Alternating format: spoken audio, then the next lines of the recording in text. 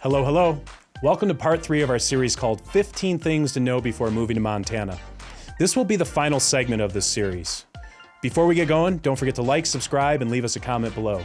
Also, make sure to stick around for last week's Flathead Valley real estate market report. All right, let's do this. Number 11, wildlife is a part of life. In Montana, run-ins with beautiful creatures like sandhill cranes or more dangerous creatures like rattlesnakes, moose, and bears are par for the course. Managing the deer population has always ran into issues in Montana too. So if you're buying a home with a garden, you may need to take the steps to protect it from local wildlife. 2 things I've learned: do not leave your garbage out, and don't get chickens. They're just dinner bells for the local predators. You will have no problem finding locally sourced eggs at a reasonable price, and you won't have to worry about Yogi creeping up to your house late at night while stargazing. Number 12.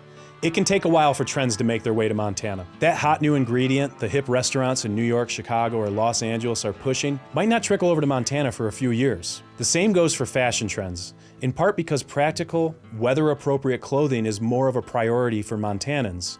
If you're used to a lot of amenities of big city living and staying on top of trends and that's important to you, moving to Montana may require an attitude adjustment. At times, I'd say we are 50 years behind the rest of America's largest cities. That's not a jab. It's one of the biggest reasons why I love Montana. It's a place to slow down, enjoy what you have, and not what you want. Number 13, craft beer, including homebrewing, is big in Montana. Like many western states, Montana boasts a big craft brewing scene. According to the Montana Brewers Association, there are 53 licensed breweries in the state. The MBA says that the state's breweries enjoy more than 500 employees and have an economic impact of over $60 million annually. Home brewing is big too, and kits are available throughout the state. Just don't forget to offer a growler to your favorite realtor. Me. Number 14, people are friendly. Montanans wave to people they pass on the state's county roads and chat with strangers in cafes and diners.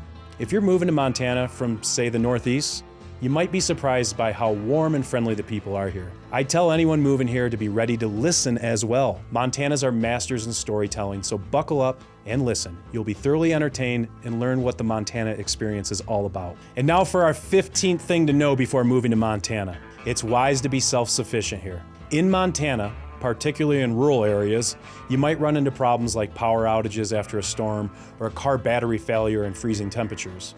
Own a generator. It's important to have basic survival supplies in your car, but you don't want to go full on doomsday prepper. Montanans are certainly independent, but also rely heavily on their neighbors, so don't be surprised if you get a knock at your door asking for help. And furthermore, don't be afraid to ask for help. I have found that Montanans love to be of assistance. So that does it. Should you be considering moving to Northwest Montana? Hopefully these 15 things to know before moving to Montana has been enlightening and has helped to set some expectations. Tune in next week as Holly will begin a 6-week series keeping you up to speed on all the fun things happening in the Flathead as we move into the heart of summer. Now let's get into last week's Flathead Valley real estate market recap.